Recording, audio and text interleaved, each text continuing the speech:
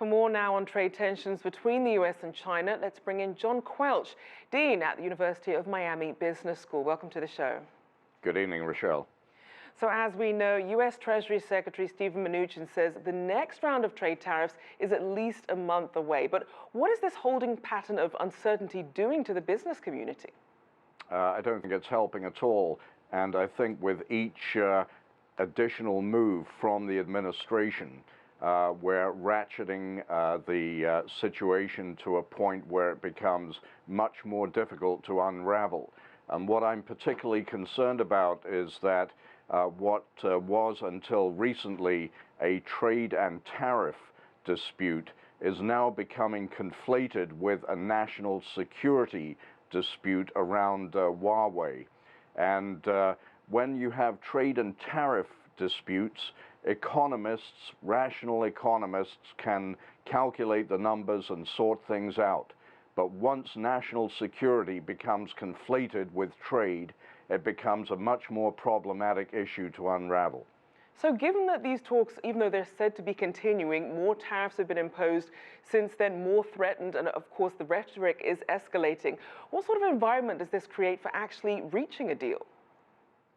I think it becomes that much more complicated. And I think what we have is a situation where in both capitals there are hardliners and there are doves. And the doves typically are the international trade economists. They are the ministries of commerce, the ministries of foreign affairs.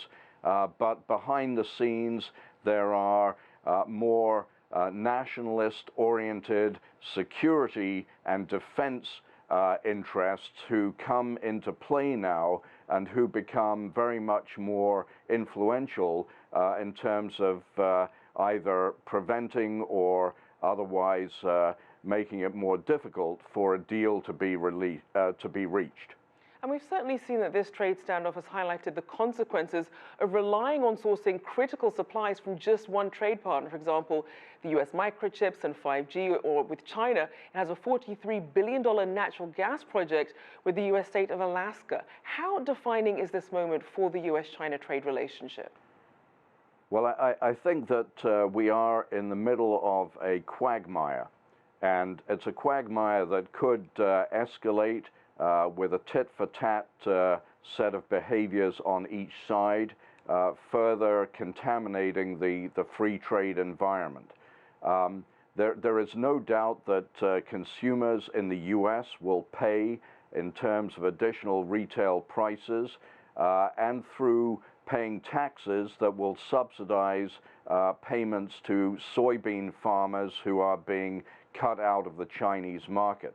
At the same time, on the China side, there are manufacturers in China who are seeing their customers potentially evaporate as supply chain adjustments move that demand to Vietnam, to India, and to other countries.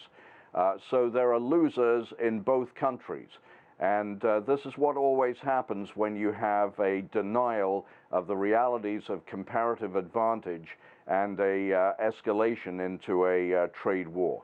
Now, you mentioned the role of consumers. We know that in the U.S., lower-income consumers tend to buy a higher proportion of inexpensive Chinese goods, and higher-income consumers buy their higher-end Chinese goods. And retailers like Walmart and others already say they plan on passing the cost onto consumers. What sort of domino effect does that have, though, on the broader U.S. economy? Well, it's not a good domino effect. If you look at Walmart, for example, they buy, let's say, roughly a quarter of their goods from China. Let's say that their retail price on average is double what they pay at the port for Chinese imports, which are now subject to a 25% tariff. So effectively, what you're looking at is a 3% potential increase in Walmart retail prices. And 3% may not sound like much, but when you're a Walmart shopper at the lower end of the socioeconomic spectrum, that's going to put a dent in your pocket. It's going to undermine consumer confidence, and it's going to essentially cost the U.S. economy. All right, thank you so much. John Quelch there, Dean at the University of Miami Business School. Thank you.